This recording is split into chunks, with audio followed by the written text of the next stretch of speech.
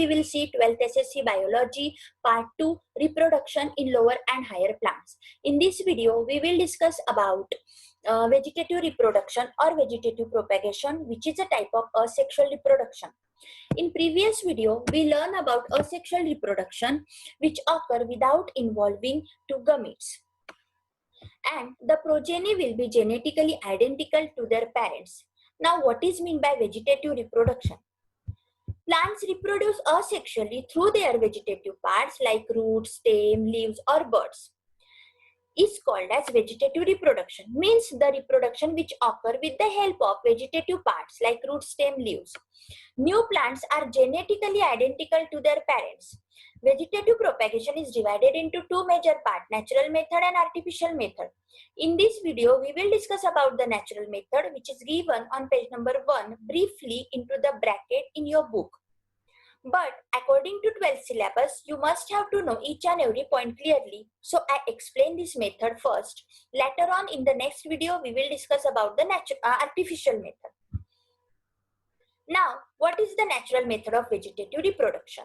Are as follows. Tuberous roots. In some plants, the underground roots store plenty of reserve food and become swollen. Like leaf, roots also store food and they become swollen. Such swollen roots are called tuberous roots.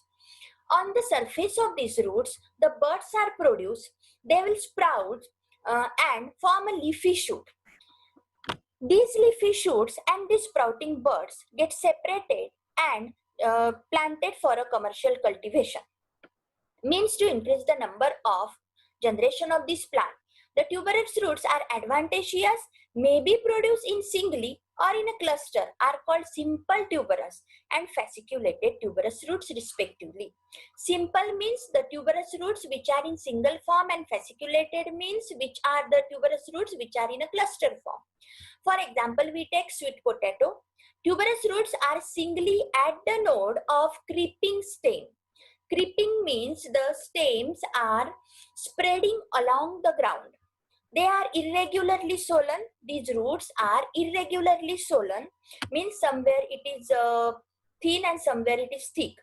Tapering towards both the end, dark and blackish red color structure. In asparagus and in dahlia, they are produced in a cluster. But in sweet potato, it is in a single, and in asparagus and dahlia, it is in a cluster form. Now see the diagram of sweet potato. It is in a tuberous root but in a single form. Adventitious buds are there. This is the tuberous roots which are in a fasciculated or in a cluster form. Now, what is stem tubers? Stem tuber means the swollen tips, which is storage of starchy reserve food of underground branches of the stem, are called stem tubers. The stem tuber has many notches on its surface, that is called eyes. These eyes consist of one or more axillary buds and reduced scale leaves. The tuber is cut into the pieces, at least one eye, and are grown separately for commercial cultivation, again to increase the number of generation of this plant. Common example if we take stem tuber is potato, rhizome in turmeric, and the bulb structure of onion. See the diagram of potato. These are the germinating eye bud. Scar scale leaf means the marking of the leaf when the leaf will fall. Scar of stem, then the eye, and each piece of the potato we require the eye to generate its next generation.